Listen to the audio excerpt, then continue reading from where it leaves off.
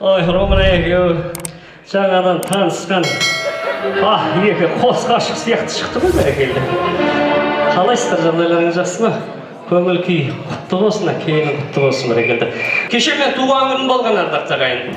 Туған күнімде Айбек маған гүл сыйлаған еді, бүгін үйленіп кеттім. Бойдақтар болса, маған гүл сыйласаңыздар, ертең үйленесіздер бәрекелді. Ай, ане хабар болды ше? Ане хабарым бар ше сендер, ане жерде Ореке, негізі келін деген қайнатаға жақын болады. Білесіз бе? Неге? Білмедім.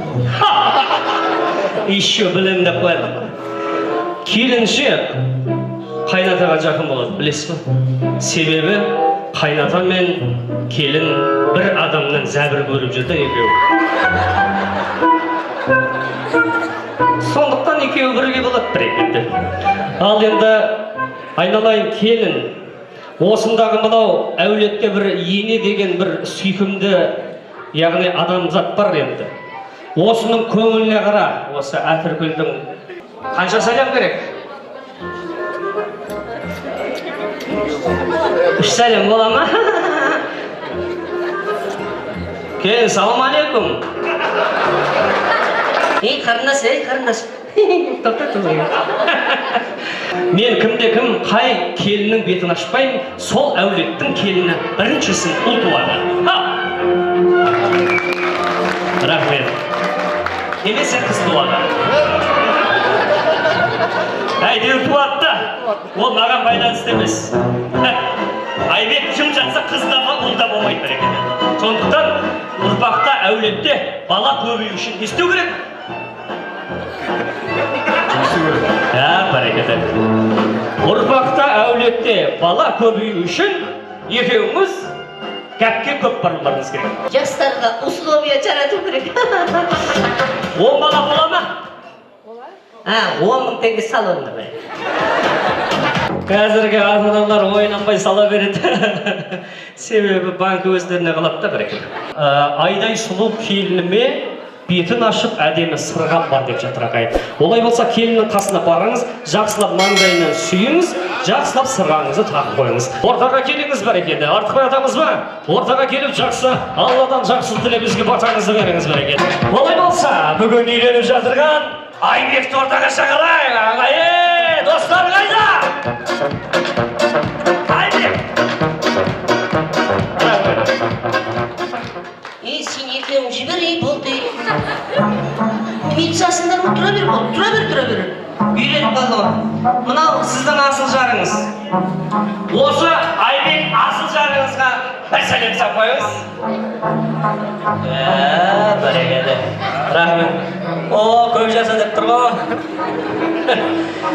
Айбек, ашып қойыңыздар. Басын иіп бердім. Басына шығармау өзім мойнымда. Айналайын келін, мен заказға шақырсам, сонда ғана жібер. Қалған кезде көшеге шығармай. Мақұл ма? Үйде отырсыңдар екенде. Шошаңдар.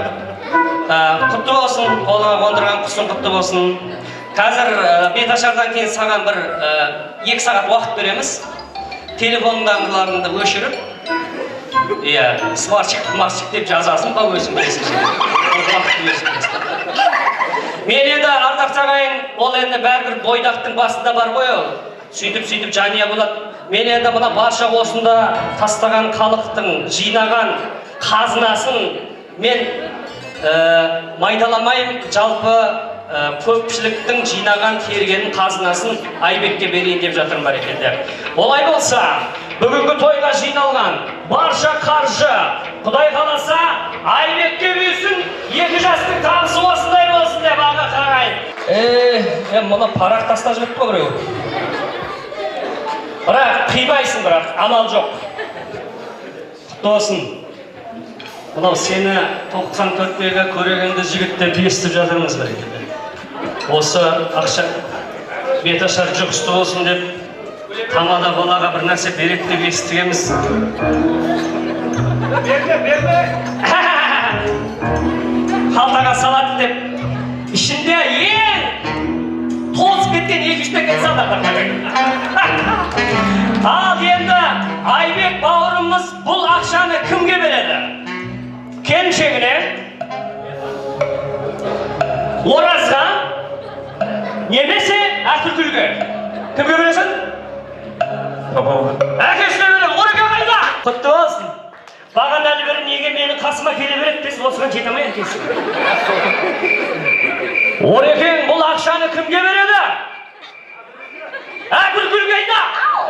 Жақсылыққа жаратыңыздар бәрекелді. Құда қаласа шаңырақтарыңызда той болсын, қора-қора қой болсын. Мынау енді біздің де көрімдік бәрекелді. Ал ағартық ағайын бәрекелді. Жастар бақыты болсын, шаңыраққа той келейді. Енді үйге барып, адыраспандап, көп суып, шайтан кет деп, адыраспан бар ма? Адыраспандап, жақсылап ақ отауға ендіріңіздер бәрекелді. Әрбір қазақтың үйінде осындай дүбірлі думанды той болсын, той жұмысты болсын. Жастарды баршаларыңызды ортаға, халықты қонақтарды биге шақырамыз. Кәнеке, рахмет ағайын, той жұмысы болсын.